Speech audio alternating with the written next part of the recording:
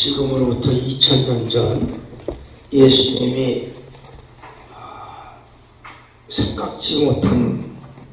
전혀 생각지 못한 상황으로 몰리면서 아주 참혹한 사형을 당하고 죽은 지 사흘 만에 부활하셔서 천국을 가셨지요. 그리고 난 다음에 어떻게 됐을까? 당시에 권세를 잡고 있던 모든 사람들은 자기들의 권세를 자꾸 뒤흔드는, 그리고 자기들의 권세 자리를 위태롭게 하는 그 예수라는 존재, 그 예수가 없어진 것에 대해서 안심을 했을 것입니다. 일단은. 그러면서도 그들의 마음속에 알지 못하는 불안이 계속 떠도는 거예요. 왜냐?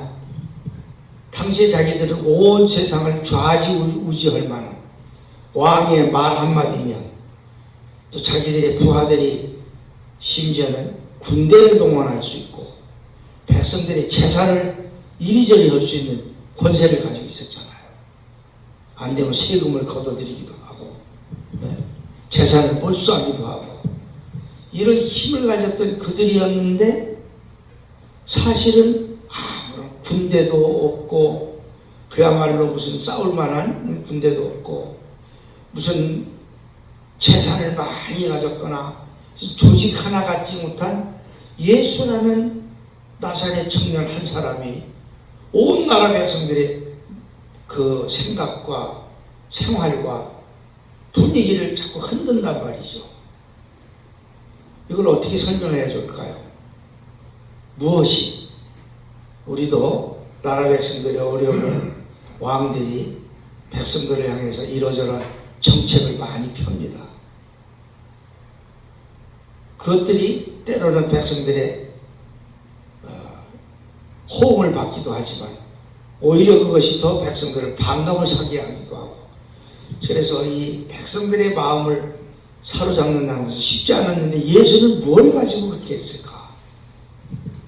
제일 중요한 것은 미래에 대한 비전이랄까, 요즘 말은 꿈이랄까, 이렇게 요즘 말은 그러지만 옛날에는 장래에 대한 확실한 그림을 그려준 거죠.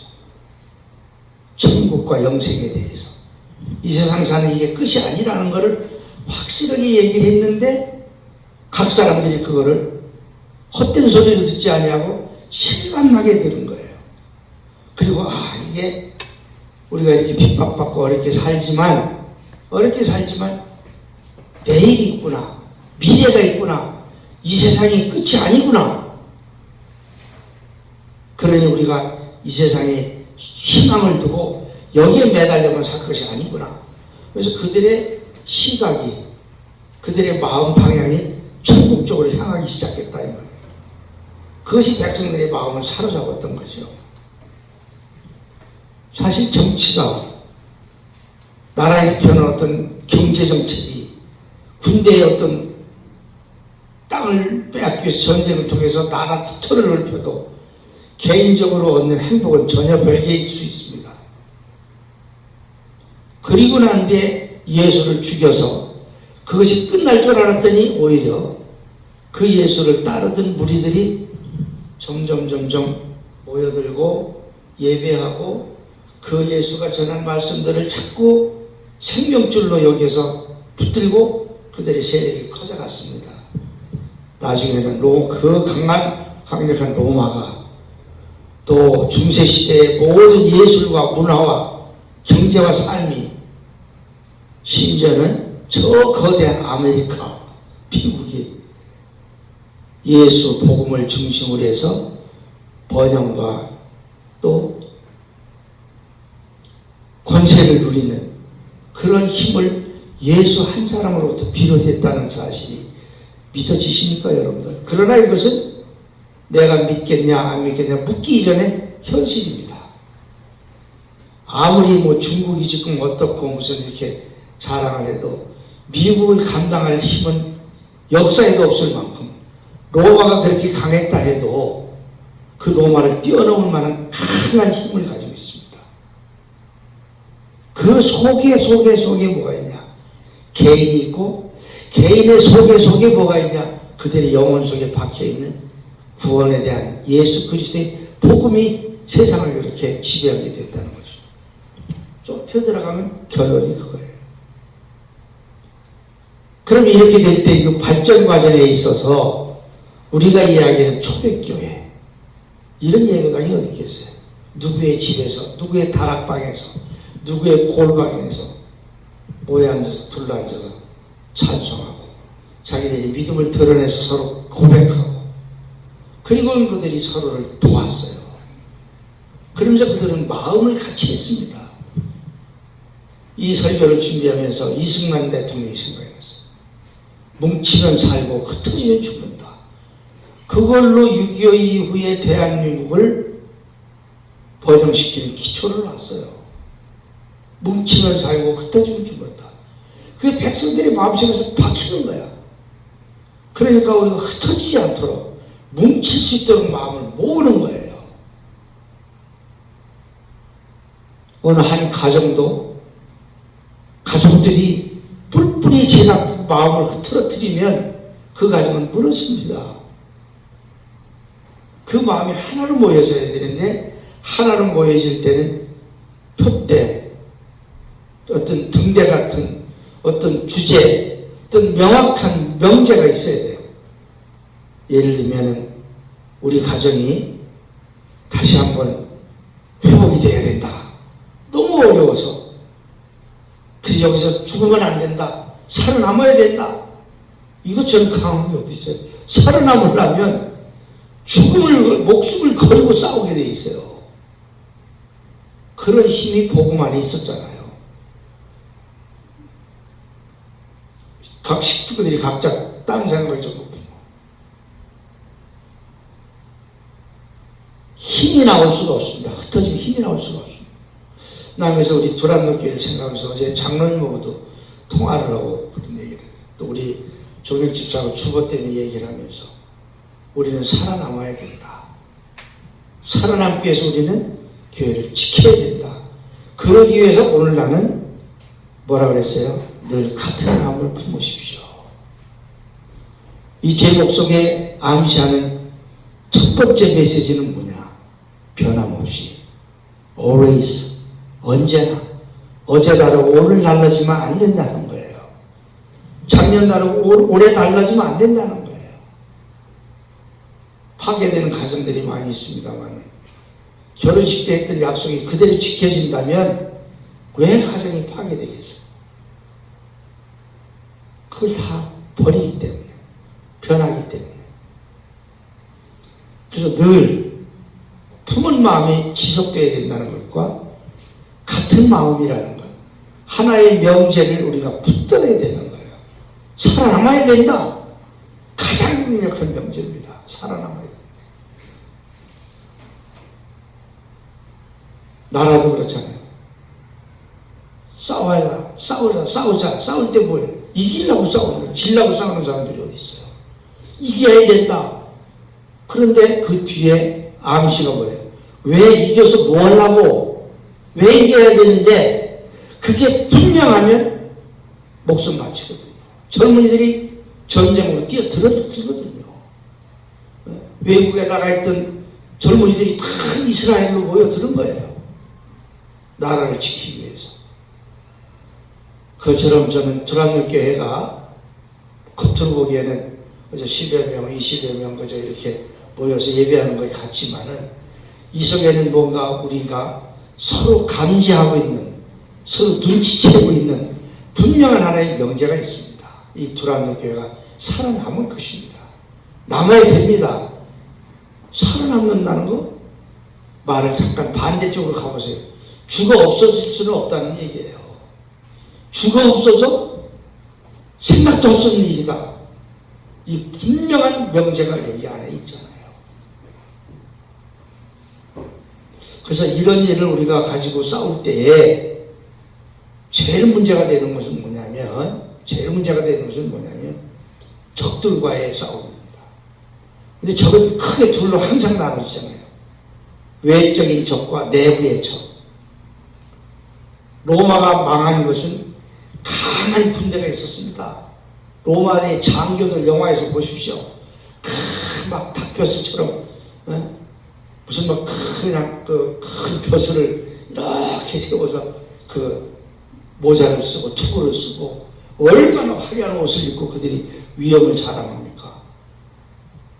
그래서 오죽하면 로마의 길은 세계로 통한다. 그냥 달려가는 거예요. 가서 싸우면 이기는 거예요. 그런 강한 로마가 어느 날 사라져버리죠. 왜? 내부의 적 때문에. 희한하지 않습니까? 중국의 춘추전국 시대를 대충은 아시죠? 너무 복잡해서 중국 역사는 저도 다 꿰기가 어려워요. 그런데 분명한 것은 그 강대한 중국이 어떻게 하다 보니까 오늘날 하나의 중국처럼 지금 되어 있는데, 그 중국이 과거에도 무너질 때 전부 분열이었어요. 내부 분열. 삼국지. 저도 한 2번, 3번 읽은 것 같아요. 그래서 뭐 대충 스토리가 다 머리에 나와 있습니다. 숱한 싸움 이야기가 나옵니다. 관우장비 유비와 제갈량 이야기가 나오고 조조 이야기가 나오고 무슨 이야기가 나오지만 그때마다 문제가 되는 건 내부의 적의 문제. 우리 사모가 가 있는 힐링센터 그 사람이 가지고 있는 그 산이 몇만 평이라고 그러더라고요. 그리고 또 어느 곳에 큰 그런 또 센터를 또 세울 계획을 세웠대요. 그런데 그거를 이렇게 계획하는 도중에 큰 걸 하나 계약을 했는데 성사가 됐답니다. 그래서 이제 또 하나의 힐링센터를 세우겠구나 그러고 그 같이 있던 사람들에게 통장을 주면서 가서 계약금을 찾아오라고. 근데 안 오더라는 거야. 안 왔어. 그러니까 계약금을 찾아가지고 도망가 버렸거든요. 그 조선족들이었대요. 그래서 못하고 말았다. 이제 그런 얘기를. 자, 오늘 성경 말씀에 빌립보 교회가 지난주에 뭐라고 그랬어요? 자꾸 주변에 공격하는 무리들이 자꾸 생겨나는 거예요. 너희들이 제대로 된 신앙이냐, 그게. 특히 유대교인들이 공격을 하는 겁니다. 거기에 이제 가짜 교사들이 들어와서 바울 사도가 저는 복음을 자꾸 너희들 지금 잘못 믿고 있는 거야. 쏟고 있는 거야. 이렇게 깨지는 거죠. 그런 문제 때문에 아주 골머리를 앓고 있었는데 교회가 밑에 위기가 왔다 이 말이에요. 그런데 오늘 4장에 들어와서는 내부의 문제가 드러나고 있습니다. 첫째는 유오디아와 순두개를 권하노니, 말은 이렇게 아주 점잖하게 하고 있지만 그 문제는 그 필리핀 교회의 운명을 좌우할 만한 문제가 됐었던 거예요. 왜냐? 이 유오디아와 순두개 이 두 사람은 여자 이름이거든요. 아마 그 교회 우리식으로 말하면 여자 권사님들이나 장로님들이나 지도자들급이었어요. 그래서 이들에 의해서 교회가 지탱이 되고 있었다 이 말이에요. 아마 모임에 있어서나 그들의 어떤 재정적인 문제나 또 그들이 어떤 것을 시스템을 움직여갈 때 되어지는 일들을 이들이 주관을 했던 것 같은데 자꾸 충돌하는 거예요. 의견 충돌이 나고 의견이 안 맞는 거예요. 그래서 우리 대한민국의 교회사 가운데 교회가 수도 없이 갈라졌습니다. 교파도 수도 없이 갈라졌습니다. 그래서 교단이 무슨 장로교, 친정교, 성결교 뭐 근데 장로교 안에도 지금 뭐 70몇 개가 교파가 있어요. 서로 안 맞는 거예요. 의견을 달리하는 거예요. 그래 갈라지는 거예요. 갈라지가 힘을 잃어버리는 거예요. 그래서 이제 교회가 코로나라고는 전염병에 완전히 압살돼 버려요. 짓눌려 사라지다시피 해서 각각 교회들이 지금 고통을 하고 있을 겁니다. 교회 지도자들이 어떻게 부흥하느냐, 우리 교회가 어떻게 건축을 크게 하느냐, 어떻게 우리가 공동묘지를 사서 또 운영할 것인가, 어떻게 또 복지관을 세울 것인가, 어떻게 노인 학교를 할 것인가. 근데도 한쪽에서는 그러면 전도로 어떻게 할 거냐, 해외 전도로 어떻게 할 거냐, 복음을 땅끝까지 어떻게 아프리카에 가서 뭘 할 거냐, 이런 쪽으로 신경 쓰는 교회가 있는가 하면, 아까 얘기했는데 어떻게 우리가 공동묘지도 같이 만들어서 해놓고 같이 죽자니까요. 그거 묻혀서. 그래서 교회 안에 당구장을 만드는 교회가 있었고 수영장도 만들어 놓고, 미국에서는 밑에는 바를 만들어서 와서 한잔할 수 있는 바도 만들어 놓고. 왜? 그 술 먹는 사람들도 예수 믿어야 되니까 술 먹으러 왔다가 예수 믿으면 될 거 아니냐, 이 논리가 참 그럴듯하잖아요. 이렇게 변질돼 가고 있었습니다. 그리고 분해되기 시작했는데, 어떻게 보면은 이 전염병, 코로나 전염병 한 방으로 그냥 다 한 방으로 그냥 가버렸습니다. 이제 그들이 어떻게 지어놓은 건축물을 어떻게 유지할 거냐. 어제도 어떤 목사님이 통화했는데, 오늘은 영락교회 3부 예배 가야 되는데, 근데 그분이 나가는 교회가 안산에 어디죠?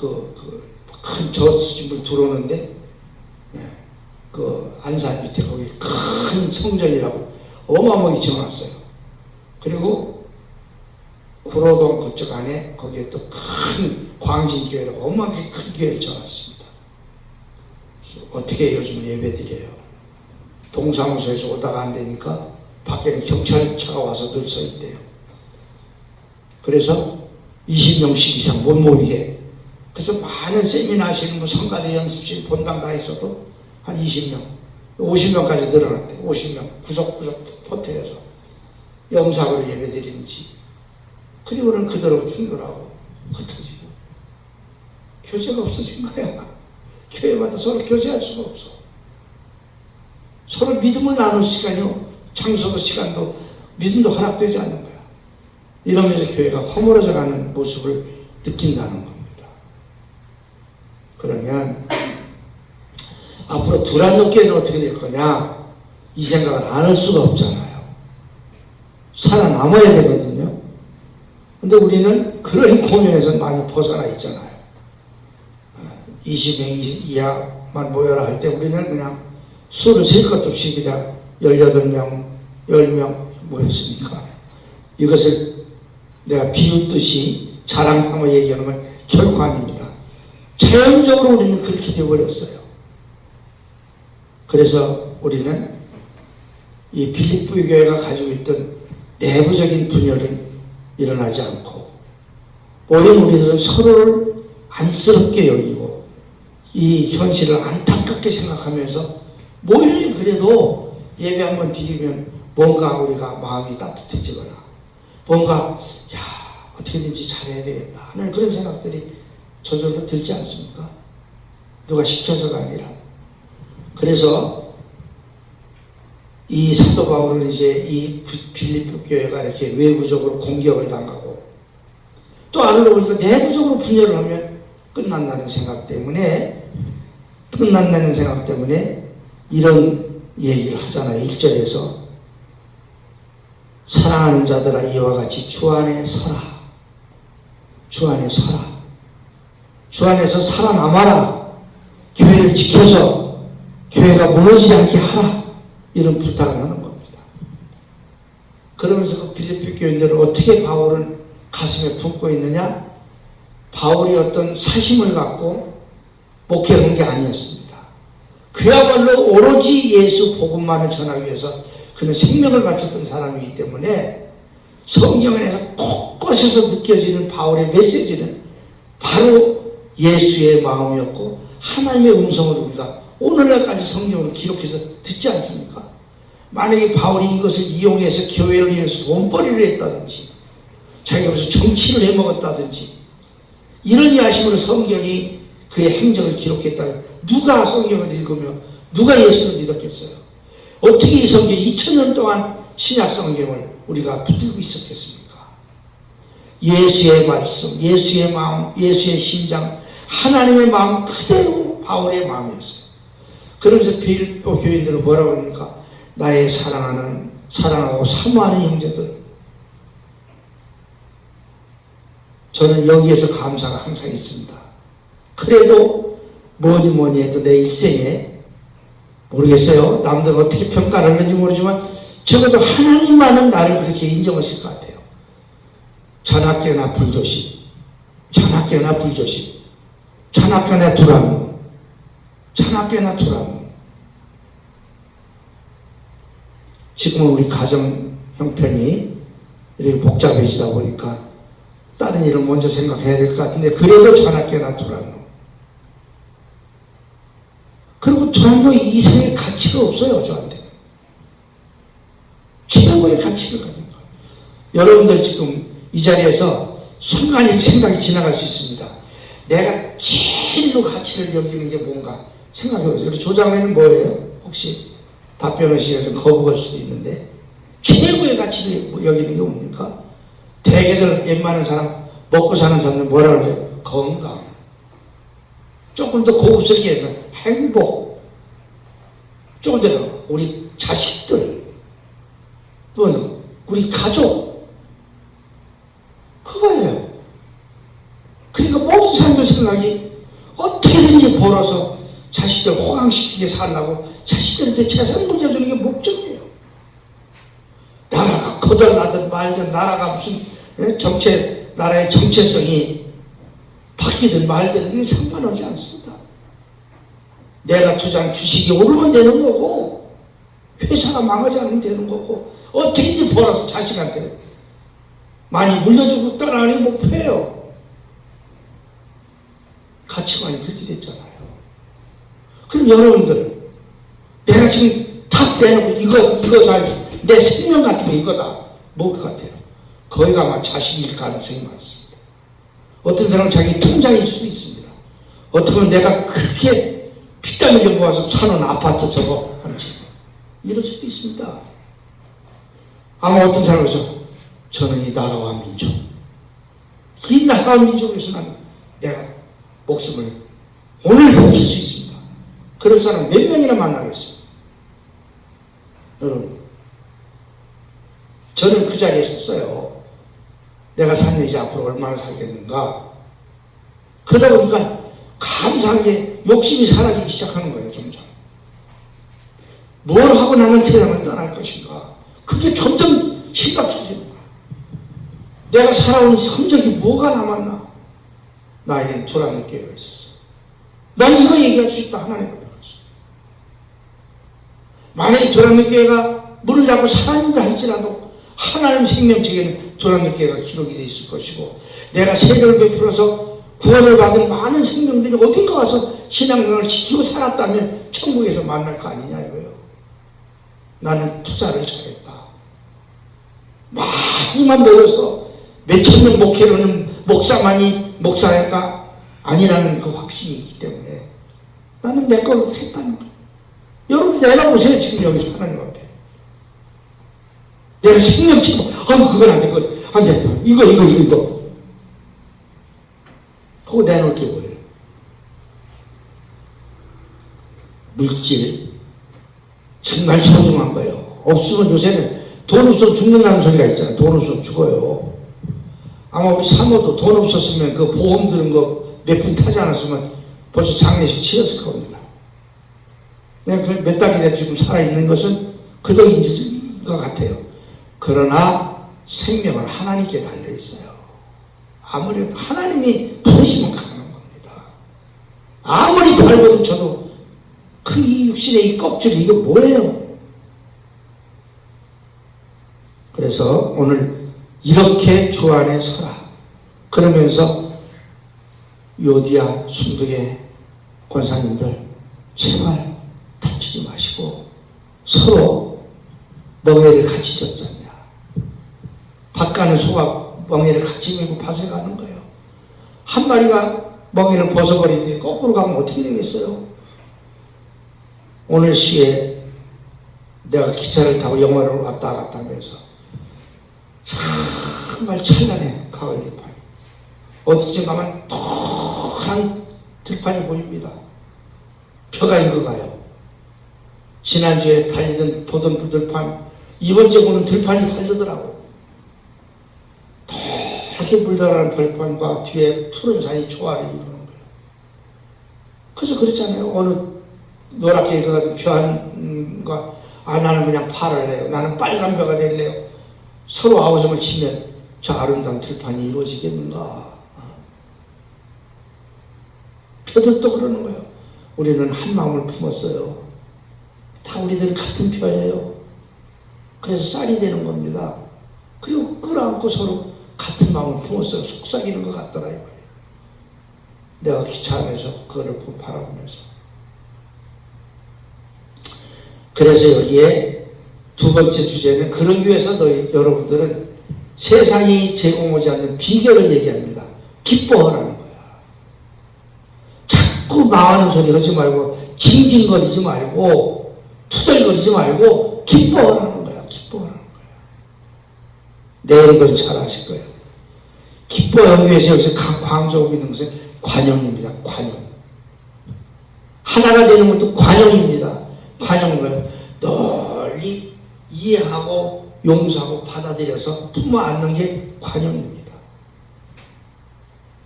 가장 위대한 장군이 누구냐? 위대한 정치가는 누구냐? 자기의 적을 용서해서 품어하는 정치가, 적장을 용서해서 품어하는 장수가 가장 위대한 장수였습니다. 관용. 그래서 관용을 통해서 우리가 하나가 돼야 되고, 같은 마음을 품어서 주 안에서 쓰면, 여기 그러잖아요. 이게 끝으로 형제들의 무엇이든지 참되고, 무엇이든지 오르고, 무엇이든지 믿을만하고, 무엇이든지 칭찬받는, 무슨 정치든 무슨 기름이든지 무엇이든지, 어느 곳에 갔든지 어떤 상황이 되든지 우리가 기뻐하고 관용을 가지고 서로 한 마음을 품으면 살아남는다는 겁니다. 여러분, 여기 계신 여러분들, 우리는 한 마음을 품은 사람들 아니에요? 두란노라는 한 마음을 품은 사람들 아니에요? 이 마음 변치 말고 교회를 살려서 우리 후손들에게 물려주는 여러분들 될 수 있기를 축복합니다. 기도하겠습니다. 하나님, 우리는 같은 뜻을 가지고 같은 마음을 품은 두란노 교인들이었습니다. 지금도 두란노 교인이요, 장차도 두란노 교회를 지킬 일꾼들입니다. 한 마음을 변치 말고 품어 교회를 지키게 하여 주시옵소서. 예수님의 이름으로 기도드립니다. 아멘. 412장 부르고 축도로 마칩니다.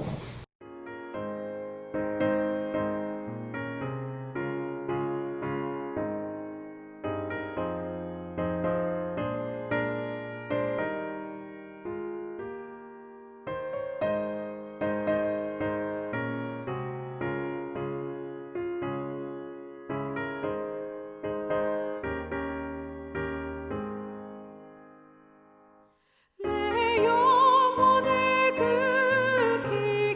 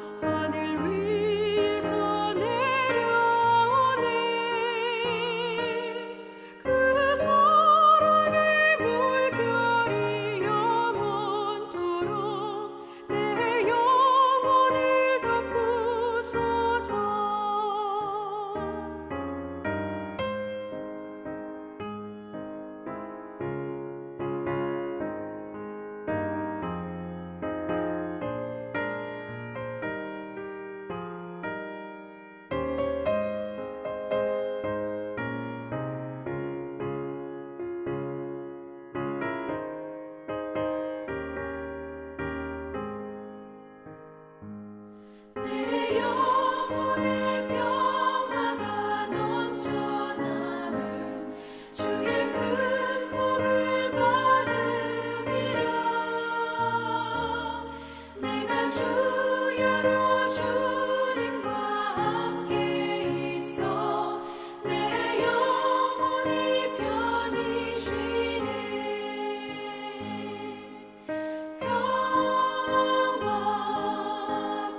평화로다 하늘 위에서 내려오네.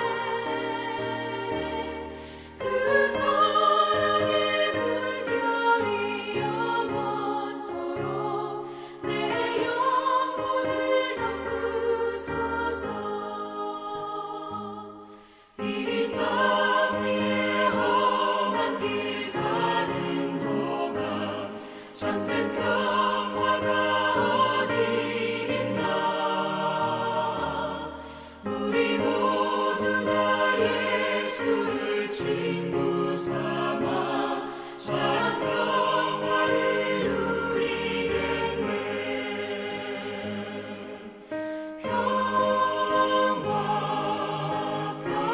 평화로다 하늘 위